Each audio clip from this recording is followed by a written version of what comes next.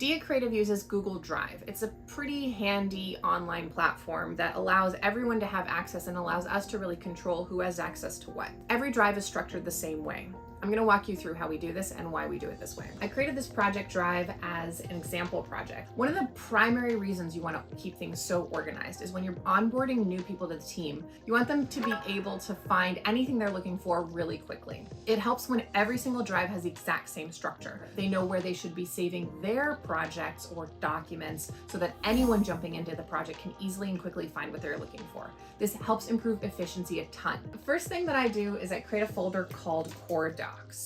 And you'll notice that I've numbered the folders. They have a particular numerical order so that everyone can find exactly what they're looking for in the exact same spot. So the very first thing I like to start with is the Core Docs folder. This is where you have all of the core most important documents for your client. So the very first one I would create in here is the meetings folder. And this one allows us to have all of our meetings in here.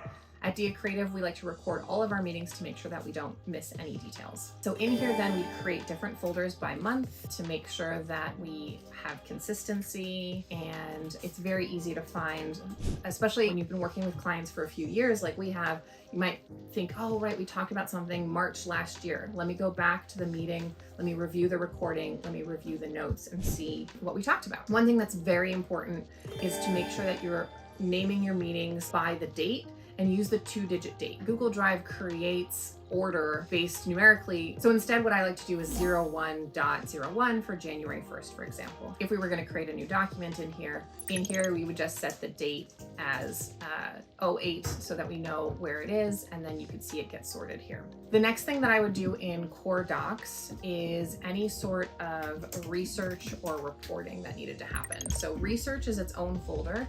This is where any sort of competitors research, branding research, pricing research, all of this goes in here because this becomes something that any department can go back and reference, and that's why it would really fit into Core Docs. The third folder I'd create is the reporting folder, and this is where we put in any sort of monthly reporting or deep dive reporting on any particular channel. Now, these are the real important ones that I'd keep under Core Docs. If you also want to keep any sort of legal arrangements, legal or regulatory documents, I would probably put in one more folder here called legal that just has anything that's relevant to this brand. Because once again, anything in Core Docs is something anyone across any of our departments would want to look at. So email, social, copywriting, design, dev, everything needs to come together so that they can come to one place to find the most important base information about the brand. That being said, our second drive that we like to create is called branding. Now this is where you put your fonts, your logos, anything that you need that's core brand folder.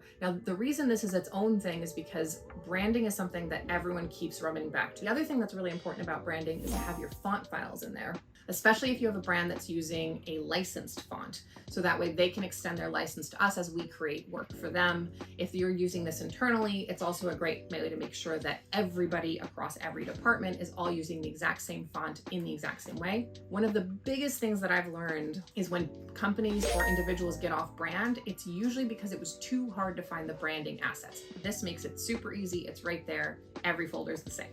Next, creative assets. Now this is your creative library.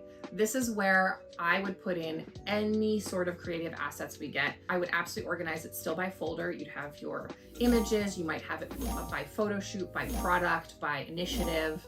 All of how you want to organize it is what makes most sense for that particular team that's running this project. If you feel like you've evolved beyond just looking through folders and drives, a digital asset manager is a great solution. I personally recommend Pixio. It connects right into your drive and pulls just from the folders that you want it to, so you can keep proprietary or confidential information out of that third-party system. The next folders that we create in the drive are specific to how the brand is run and what channels you need. So everything after this is channel specific. So let's say we have a website redesign, we would have a website folder next. If we're then doing email marketing, we would have an email folder. Next, social media, let's have a social media folder. Once you have these channel drives created, how you organize inside them is entirely based on the channel itself. So for example, in our website folder, a lot of our web design is actually done in Figma. So that's where we keep a lot of the design heavy lifting. but there are other assets you often need to share with clients or that you want to come back and review. So the first thing we put in the website is anything sitemaps. Make sure it's numbered so everyone knows that the very first thing they should find is sitemaps. Secondarily, we usually keep our copy docs in here so that we can refer back to them. And then what I like to do personally so that we have a resource that's not necessarily in Figma, that's clean and finalized, is I'll put design versions in here.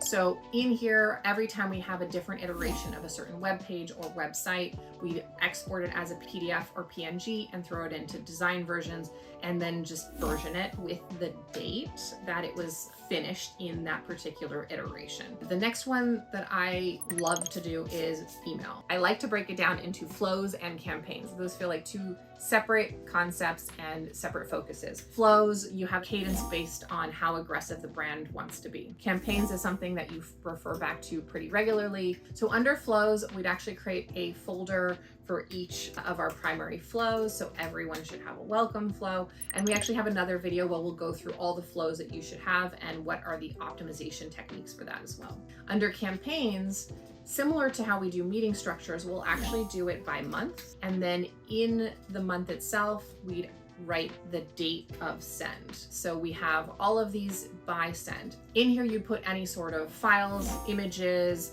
HTML code in a doc if you're doing an HTML-based email, or if you're doing a sliced email, this is where you put your slices, and you want to name your slices by date and then -01, -02, -03 for each of the slices that you'd be adding to the drive.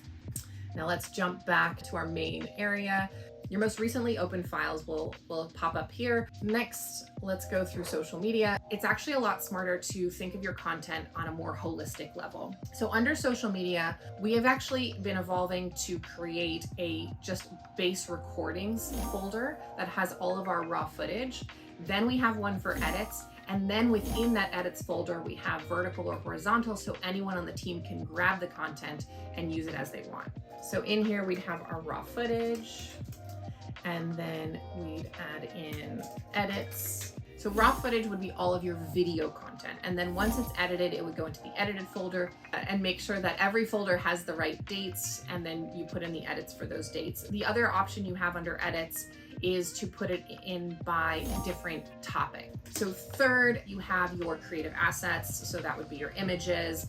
We create those across platforms. Anytime you have any raw assets you're shooting, regardless of for channel, you actually want them to go into the creative assets folder, not into the channel specific folder, because then they'll get lost. So any sort of raw assets that can be used across channels should be in that creative assets folder. Now, if it's already edited, you're going to want to actually put it into a finished assets folder under social media. Then under here, you can create by vertical, horizontal, and square. What's nice about splitting it out into these 3 different folders is anyone from any social media team can jump in and grab what they're looking for.